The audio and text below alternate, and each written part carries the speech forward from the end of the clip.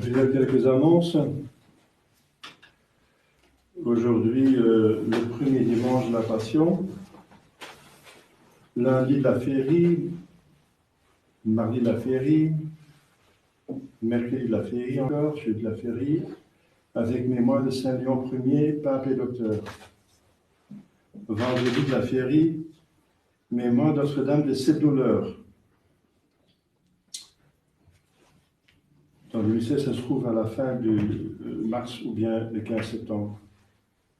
Donc il y a deux fois par an la messe de Notre-Dame de Sept Douleurs, enfin la mémoire ou la messe de Notre-Dame de Sept Douleurs, donc fin mars, donc temps de la Passion, c'est pas autour du temps de la Passion, c'est normal, et le 15 septembre, à l'exaltation de la Sainte Croix. Samedi de la Féerie, mémoire de Sainte Herménégilde, martyre. Dimanche prochain, dimanche des Rameaux. Dimanche des Rameaux, il y a des personnes qui vont amener des rameaux, je pense, j'espère. Des rameaux dans le jardin. Amenez-les-moi, s'il vous plaît, comme les autres années. Donc on entre maintenant dans le temps de la communion pascale. Donc à partir de ce dimanche, donc 2 dimanches avant Pâques, jusqu'à 2 dimanches après Pâques, 2 semaines après Pâques, 2 semaines avant et 2 semaines après Pâques, on peut faire 7 Pâques, comme on dit. Donc recevoir la communion, précédée par une bonne confession. La confession est obligatoire en soi, mais bien sûr, seulement s'il y a des péchés mortels, mais en tout cas, c'est bien de la faire, puisque si on se confesse rarement, c'est possible qu'on oublie même des péchés mortels. Donc c'est bien de se confesser quand même, de le prendre avant la communion pascale. Donc ce qui est obligatoire absolument, c'est la communion, et la confession, c'est relativement, ça dépend. Voilà. Donc, mais en général, c'est bien de la faire, même si on n'a pas fait des péchés mortels. Alors j'ai mis une petite enveloppe, comme chaque année, pour l'aumône du carême, c'est à l'entrée. Voilà. Donc l'aumône, c'est une bonne œuvre de la Écriture sainte qui remet des péchés. Bon, ça va être utilisé pour le développement du centre de messe, bien sûr, parce qu'on doit partir de ce lieu. Il n'y a encore pas vraiment une alternative en vue. Il y a quelques possibilités, mais ce n'est pas encore vraiment très concret, n'est-ce pas? Sinon, il y a des amis qui mettent une maison à disposition, enfin, des locaux de maison à Lessines. Mais Lessines, pour moi, ça va très bien, mais pour vous, ça va être encore un peu plus loin. Hein. C'est à 20 minutes d'ici, au nord. C'est encore en Hainaut, dans la province des Hainaut. Mais il y a des fidèles qui ont une grande maison, et voilà, je les ai visités hier. Donc voilà, ça peut être... on va voir. Donc prions pour qu'il y ait une solution pratique.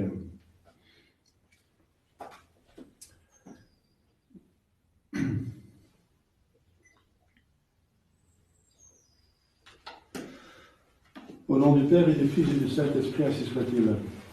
Chers fidèles, en ce dimanche de la Passion, on s'approche de Pâques et de l'œuvre la plus importante de Dieu. Dieu a travaillé 2 fois, il a créé et sauvé. Créé et sauvé. La rédemption est plus importante que la création. Parce que la création, c'est à partir de rien, faire un être qui est destiné à l'infinité du ciel. Mais la rédemption, c'est de sortir un être qui est dans la négativité infinie du péché mortel, de le mettre dans l'infinité positive du ciel. Donc c'est une façon de parler le double, de 0 à l'infini, ou de moins infini à plus infini. Donc, c'est une plus grande œuvre. Et c'est maintenant qu'on va célébrer cela liturgiquement. Ça veut dire que les fruits que Jésus a obtenus, les fruits spirituels bien sûr, a obtenus par sa rédemption, elles sont appliquées pour nous en 2019, ici dans ce lieu, pour ceux qui assistent et qui s'unissent, n'est-ce pas? C'est appliqué pour nous la rédemption. L'Église est un véhicule, est un instrument de la grâce. Donc les grâces sont véhiculées par la liturgie. Et donc on a bien sûr toute une année de liturgie, et à chaque dimanche il y a une messe, et chaque jour il y a des messes. Et chaque messe, c'est déjà une application, bien sûr, de la rédemption. La messe en spécifique, mais tous les sacrements, et toutes les prières, toutes les dévotions, spécifiquement, bien sûr, la consécration qui rend présent la croix, et à travers la croix, toutes les grâces. Mais la liturgie va se concentrer sur un certain aspect de la rédemption. Donc, on a vu l'incarnation, qui est la préparation à la rédemption, parce que pour sauver, il est devenu homme. Et maintenant, on passe maintenant à l'œuvre spécifique de la rédemption. Donc, c'est le temps le plus important de l'année, sur cet aspect. On va s'approcher de la source de la grâce, la passion de Jésus-Christ. La passion, ce n'est pas le but de notre vie. Le but de notre vie, c'est la gloire, c'est le ciel, c'est le bonheur. Mais la passion et la croix est le moyen incontournable. Donc l'erreur que Vatican II fait, c'est de se concentrer sur la gloire, n'est-ce pas, et de passer la croix, n'est-ce pas, de ne plus... d'essayer de parler le moins possible de la croix, de la pénitence, mortification, sacrifice, etc. On met au minimum, n'est-ce pas? On tourne presque à zéro, en suivant les protestants, dans le faux œcuménisme. Les protestants qui disent « Jésus est mort, il s'est sacrifié, il est mort pour nous, voilà, ça suffit, et nous en profitons, voilà. On profite. Et finalement, on pêche. On ne peut pas s'empêcher de pécher, donc on pêche. En volonté. Mais on croit que Jésus nous a sauvés. Mais on pêche. Luther disait, péchez fortement, mais croyez encore plus fortement que vous êtes sauvés. C'est scandaleux, n'est-ce pas? C'est de laisser souffrir Dieu, même en personne, dans son humanité, et nous, on fait aucune pénitence. Au contraire, on pêche. Donc, c'est pas ça, n'est-ce pas? C'est même contre l'Écriture sainte. Si les protestants acceptent l'Écriture sainte, ils l'ont pas bien lu, n'est-ce pas? Ils ont même changé l'Écriture sainte. Saint Paul dit bien qu'on doit ajouter ce qui manque à la passion. Nous devons ajouter. Donc, il faut pâtir avec Jésus pour avec Jésus profiter. La résurrection.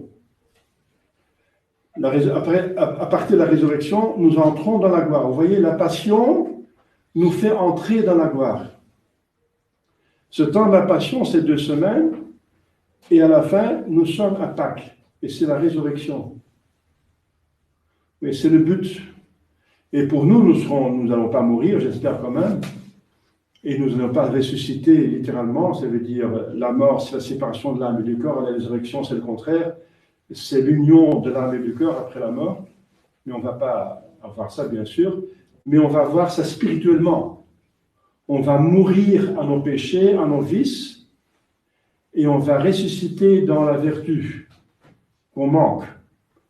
Donc chaque année, bien sûr, il faut faire ça chaque jour, et de travailler sur sa vie spirituelle. Mais ici, on a une grâce particulière. Une grâce particulière qui est exprimée par les textes de la liturgie. Donc la liturgie est un moyen maintenant de s'unir par une préparation énorme de l'incarnation, c'est tout le cycle de Noël, et ensuite la préparation du carême. Donc, des mois, on se prépare. Parce que tout est dirigé vers le but. Toute chose a un but, et c'est le but qui est le plus important. Eh bien, le but, c'est justement la rédemption. Effectuer notre rédemption. Et ensuite, si on est bien, on peut aider des autres. Et le plus possible d'autres personnes aussi. Mais on ne peut pas donner si on n'a pas soi-même. Ou bien on est hypocrite. On va dire il faut faire ça, et on ne fait pas soi-même. Et ça ne marche pas. Donc ça n'apporte pas de fruits. Donc on va appliquer, je veux dire, la rédemption qui nous est donnée par la liturgie à nous-mêmes. On va trouver une force, une compréhension des lumières, des grâces, des stimulations, des textes, des exemples, tous des moyens de grâce, des sacramentaux. On va bénir dimanche prochain des rameaux. Des sacramentaux, des sacrements, des prières, des dévotions, des exhortations. Il y a plein de moyens pour nous aider à sortir du péché, d'un de notre vice encore à corriger, et de ressusciter avec Jésus à Pâques dans la vertu. C'est ça notre résurrection. C'est ça notre résurrection. Et la liturgie nous porte dans ce mouvement, n'est-ce pas? C'est ça que la grâce veut faire en vous. Qu'est-ce que vous demandez de moi? J'ai dit bien ça. De mieux vous comprendre et de mieux vous suivre. C'est ça que Dieu veut nous donner. De mieux le comprendre et mieux le suivre. Mieux le comprendre, mieux faire sa volonté pour nous rendre heureux, pour être avec lui dans la gloire, dans le ciel.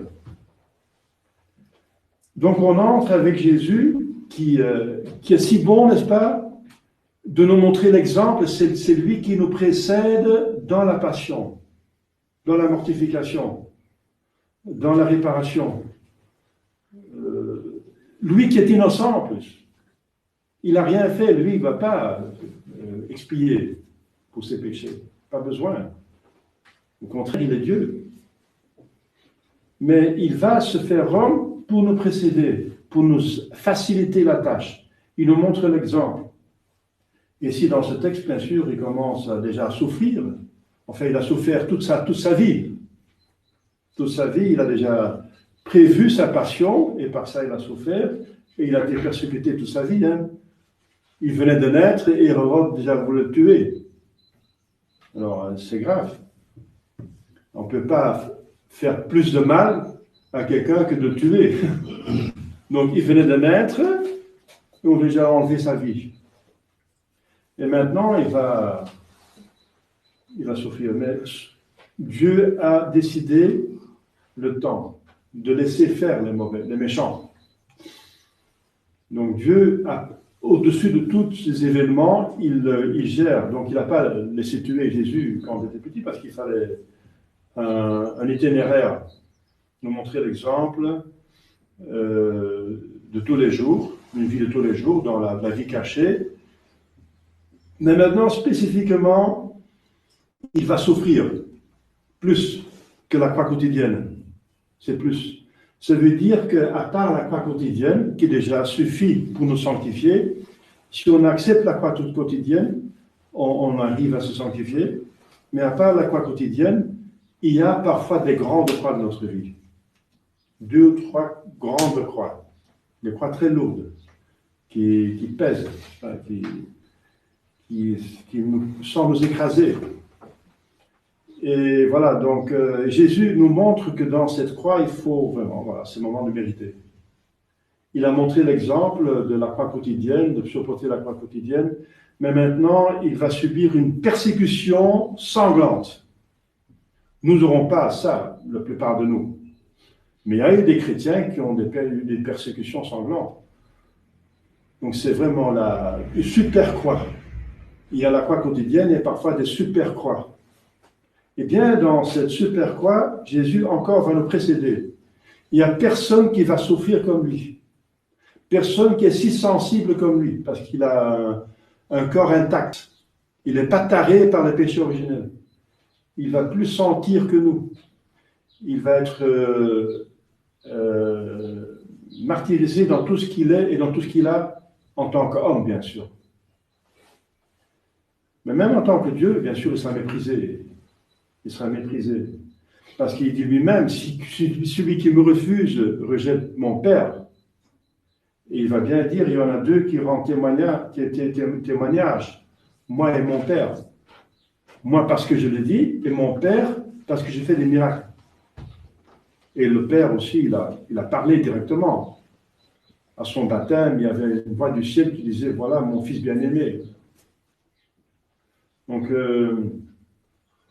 Jésus va souffrir en nous montrant l'exemple des expiations de nos péchés qu'il faut faire, mais en plus, c'est lui qui va prendre la plus grande partie de la faute à expier, de la peine à expier. La plus grande partie. La plus grande partie de façon à ce que celui qui se fait baptiser, et le baptême c'est la première participation à la rédemption, si l'homme meurt, il va directement au ciel. Jésus a vraiment tout pris sur lui. Mais pour les péchés qui arrivent après le baptême, on a assez de grâce, des grâces suffisantes pour ne pas pécher, eh bien là, il faut porter sa partie. Dans la confession, Jésus prend sur lui les peines de l'enfer. Donc après la confession, les peines de l'enfer sont anniquilées. C'est la plus grande partie quand même. Mais il y a des peines du purgatoire qui nous les a expiées, parce qu'il faut faire quand même, c'est nous qui avons quand même péché, donc il faut quand même réparer quelque part. Donc il nous laisse quand même expier, il nous laisse expier donc une partie des peines du purgatoire. Voilà. Et c'est tout à fait convenable, c'est quand même normal. C'est justice. C'est justice que nous qui avons péché, nous devons réparer. Et le péché, c'est un abus d'une créature, et la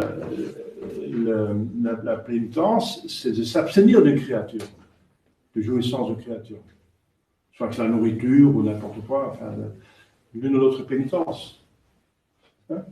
Donc, c'est justice. Et c'est aussi amour, parce que par amour de Jésus, de Dieu, on va essayer de l'imiter, de le suivre, d'être semblable à lui. Et c'est encore, finalement, en notre avantage, hein, parce qu'on ne peut rien ajouter à Dieu. On ne peut pas satisfaire Dieu, il est déjà bonheur infini. Mais ce serait pour nous, ce bonheur. En faisant ça, on se sauve, on gagne le ciel. Donc c'est encore un autre avantage, pas son avantage. On ne peut pas donner un avantage à Dieu, c'est impossible. Mais il trouve son bonheur à faire du bien aux autres. Donc si on fait encore des efforts pour plaire à Dieu, finalement, ça nous revient en bien à nous-mêmes, pas tellement à lui. Il ne peut pas ajouter à tout, il a déjà tout. Dieu est tout. Oui. Donc c'est sa bonté. Et c'est voilà, c'est le temps de la passion. Et l'Église nous demande de faire un examen de conscience, un bon examen de conscience qu'il faut faire en tout cas tous les jours. Jésus dit, Quis ex vobis arguit me de peccato? Qui entre vous me convainc de péché? Parce qu'il est persécuté. Alors on persécute normalement. Une persécution, c'est une punition. Et une punition, pour un homme normal, dans la justice, c'est à cause d'une faute. Alors Jésus dit, pour quelle faute vous me persécutez? Parce que vous me cherchez à me tuer. Vous dites aux gens de ne pas se mettre avec moi, sinon ils seront jetés en dehors de la synagogue. Donc je suis déjà excommunié. Alors ils ne s'en prennent pas à lui parce qu'ils craignent la réaction de la foule, parce que la foule le considère comme un grand prophète. Donc par peur de l'homme simple qui a encore du bon sens, un bon caractère, de la bonne volonté, qu'il reconnaît comme prophète, qui reconnaît les miracles. On vient de voir hier, il me semble, enfin hier ou avant-hier, hier, la résurrection de Lazare dans l'Évangile. Eh bien, c'est un miracle énorme. Il y avait plein de Juifs chez lui. C'est un homme riche qui était connu. Et beaucoup de Juifs allaient consoler ses sœurs, Marie et Marthe, qui étaient morts. 4 jours. Quod adenarius iam fetet. Il sentait déjà, dit le texte. Il faisait chaud, même à travers des monuments, de tombeaux. Jésus, il ressuscite Lazare. Et alors le texte dit, beaucoup de Juifs croyaient en lui. Oui, c'est énorme. Alors, la résurrection de Lazare, c'est une preuve de sa divinité. Tous ces miracles. Ce n'est pas la première fois qu'il ressuscite un mort et qu'il fait des miracles. Il accomplit les prophéties. Donc, pour un homme de bonne volonté, comme l'aveugle, on a vu encore l'évangile de l'aveugle né qui est guéri. Alors, ça n'a jamais été entendu, n'est-ce pas, dans toute l'histoire humaine, qu'un aveugle né était guéri. Alors, seulement quelqu'un qui est avec Dieu, qui est de Dieu, peut faire ça, parce que ça vient de Dieu. C'est seulement Dieu qui peut faire ça. Donc, seulement un homme qui est de Dieu qui peut faire ça. Alors, pour moi, c'est un homme de Dieu. Et les pharisiens disent, oui, mais nous savons que c'est un grand pécheur. Pourquoi? Parce qu'il guérit le sabbat. Il guérit le sabbat. Alors Jésus déjà a réfuté ça plusieurs fois, donc ils sont de mauvaise volonté. Il a dit plusieurs fois, mais vous aussi, le sabbat, quand un bœuf tombe dans un puits, vous l'enlevez, et c'est un bœuf, et là, je guéris un homme, je fais un bien à un homme, je le guéris, je ressuscite, je remets les péchés à des hommes, je jette des démons des hommes, et vous faites ça pour un bœuf. Et même, vous obligez vous-même à faire la circoncision le sabbat. Et la circoncision, c'est beaucoup moindre que ce que je donne. La circoncision ne donne pas forcément la rémission des péchés. Mais lui donne la rémission, il guérit l'âme et le corps. Une œuvre beaucoup plus importante. Donc, ils n'ont pas d'argument. Donc, c'est la mauvaise volonté tout simple, incroyable. Et ça va lui coûter la vie. Parce qu'ils ne veulent pas se convertir. Donc, devant Jésus, maintenant, devant la rédemption, il y a 2 réactions. On accepte la rédemption et on fait ce que Jésus demande et on va au ciel, ou bien on refuse, on persécute même. On persécute même Jésus, c'est pas possible maintenant, mais on persécute les chrétiens qui représentent Jésus. Jésus dit à Sœur, pourquoi tu me persécutes? Il persécute les chrétiens. Donc on persécute les chrétiens et on mérite l'enfer. Voilà. C'est encore Jésus qui est un glaive à 2 tranchants. Hein. Il tranche l'humanité en deux parties. Hein. Et nous devons nous-mêmes décider de ne pas être à moitié, mais entièrement avec lui. Voilà, entièrement avec lui. Et souffrir avec lui. On va faire un examen de conscience. Qu'est-ce qui me convainc de pécher? Eh bien, lui est innocent. Il est innocent, et c'est son innocence qui va mériter. Parce que si un innocent va faire pénitence, ça pèse beaucoup pour Dieu. En plus, c'est pas seulement un innocent en tant qu'homme, mais c'est un homme Dieu. Donc des mérites infinis. Pour nous, c'est intéressant parce que par rapport à la confession, si nombreux que sont nos péchés, si graves que sont nos péchés, il y a toujours la rémission des péchés. Parce que ce que Jésus mérite dans sa passion, c'est une grâce infinie, puisqu'il est Dieu. Donc, et nous sommes des créatures.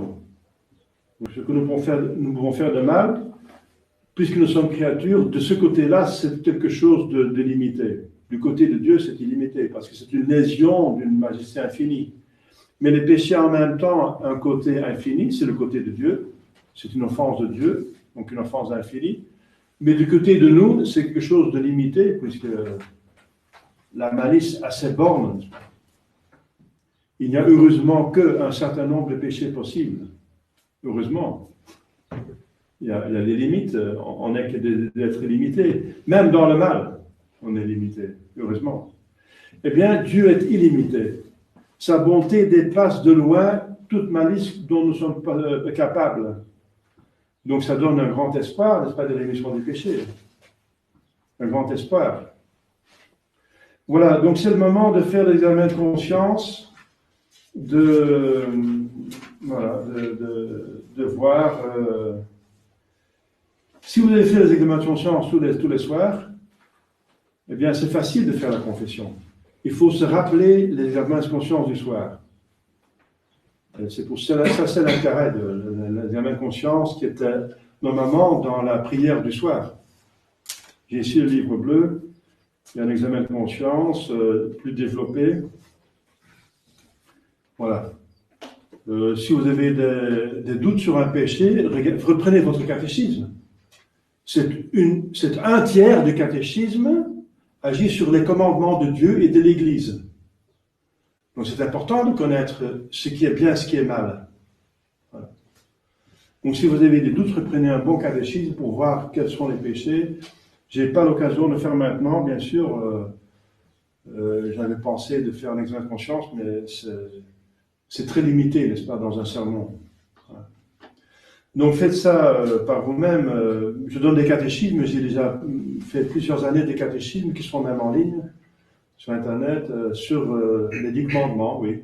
Je viens de terminer tout un catéchisme en français sur les 10 commandements. Donc, selon le professeur Spirago. Mais prenez un catéchisme pour adultes.